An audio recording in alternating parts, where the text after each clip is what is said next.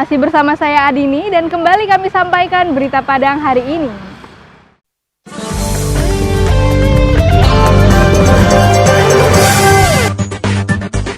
Gelombang tinggi menghantam pesisir barat Sumatera Barat sejak 2 minggu terakhir. Warga pun dilanda kecemasan. Untuk meringankan beban warga, Ditbinmas Polda Sumbar menyerahkan 1.000 buah karung kepada masyarakat Sungai Pisang.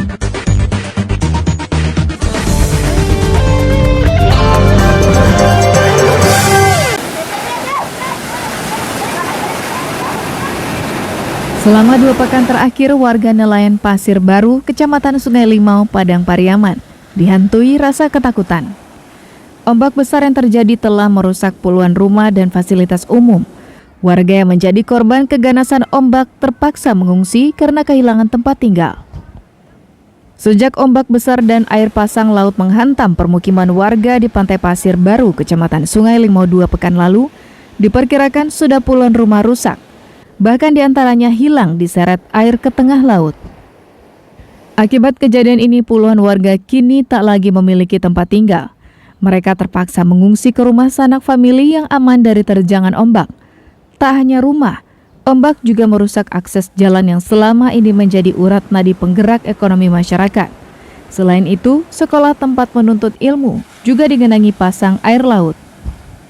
Ganasnya ombak besar dan pasang air laut yang menyebabkan abrasi pantai bukan kali pertama terjadi di daerah ini. Diperkirakan dalam 1 tahun terakhir, abrasi sudah menggerus sekitar 50 meter daratan. Satu-satunya upaya yang dilakukan warga yaitu membuat tanggul dari karung pasir. Pasalnya saat ini ada ratusan rumah dan fasilitas umum terancam jika peristiwa serupa terjadi lagi. Yang rumah yang terancam banyak, cuma yang sudah ambruk kita lihat bagian itu ada satu rumah ambruk. Jadi rata di rumah itu ada orang yang tinggal di rumah itu sekarang nggak punya tempat tinggal lagi. Jadi kalau yang terancamnya mungkin ratusan. Kalau ini tidak dapat ditanggulangi, ini akan ratusan rumah ibadah, sekolah, masyarakat. Kita lihat dari sini. Selain merusak rumah dan fasilitas umum, ombak besar dan pasang air laut juga mengakibatkan para nelayan tak bisa mencari ikan. Mereka sangat memerlukan uluran tangan pemerintah agar bisa bertahan hidup dan mendapatkan tempat tinggal baru. Eki Rafki melaporkan dari Padang Pariaman.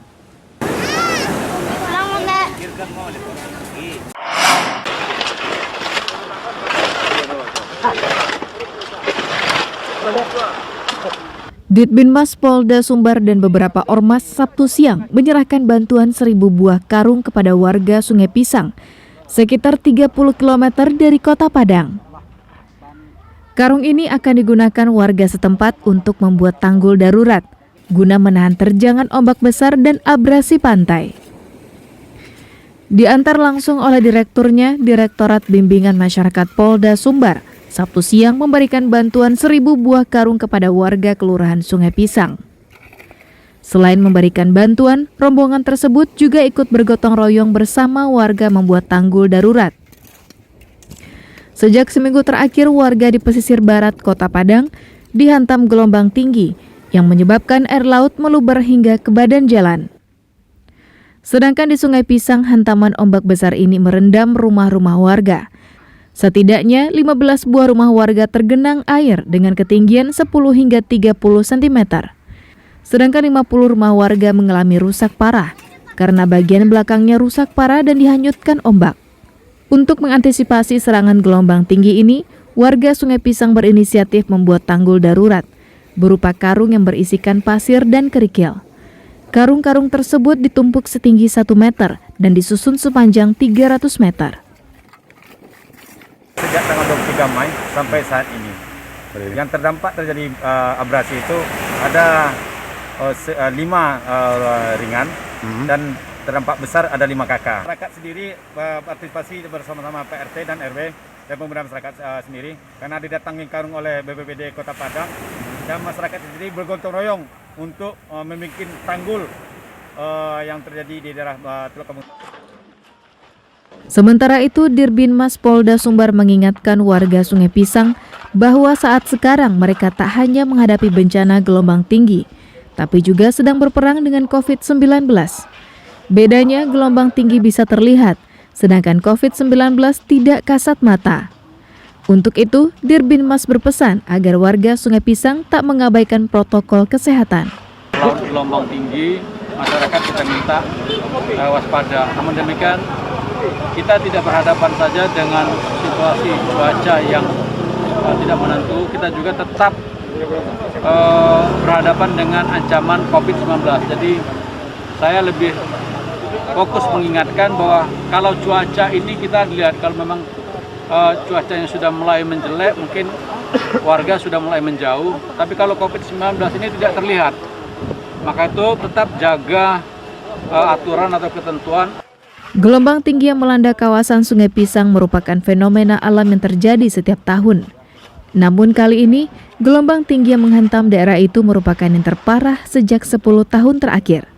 Dari Padang, Alfi melaporkan.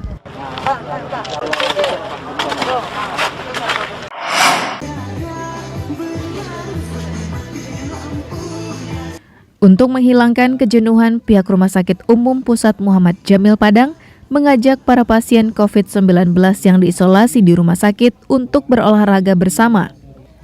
Kegiatan senam gembira ini juga diikuti oleh para dokter, perawat, dan staf RSUP M. Jamil Padang dari luar pagar.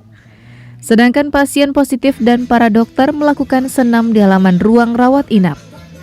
Dalam kesempatan itu juga salah seorang pasien COVID yang sembuh memberikan pencerahan pada pasien yang masih dirawat. Harusnya ini tidak terjadi sama saya. Kenapa harus saya? Harusnya saya tidak ke sana, harusnya saya tidak periksa.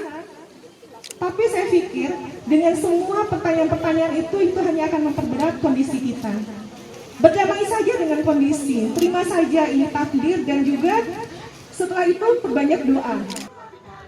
Diisolasi di rumah sakit bukanlah akhir dari kehidupan. Jika bisa mematuhi protokol kesehatan dan melaksanakan anjuran dokter, maka kesempatan untuk sembuh dan terbebas dari COVID-19 terbuka dengan lebar. Hal itu disampaikan oleh seorang pasien COVID-19 yang dinyatakan sembuh kepada para pasien COVID-19 yang menjalani isolasi di Rumah Sakit M. Jamil Padang. Nah, ini yang kita harapkan di masa-masa penyembuhan pasien ini. Rumah Sakit M. Jamil tentu selalu mengadakan rutinitas kegiatan ini minimal 1 kali seminggu. Kita harapkan dengan rutinitas salah satu dengan olahraga ini mempercepat kesembuhan pasien yang kita rawat di Rumah Sakit M. Jamil. Rencananya kegiatan serupa akan dilaksanakan secara rutin 1 kali dalam seminggu. Dari Padang, Alfi melaporkan.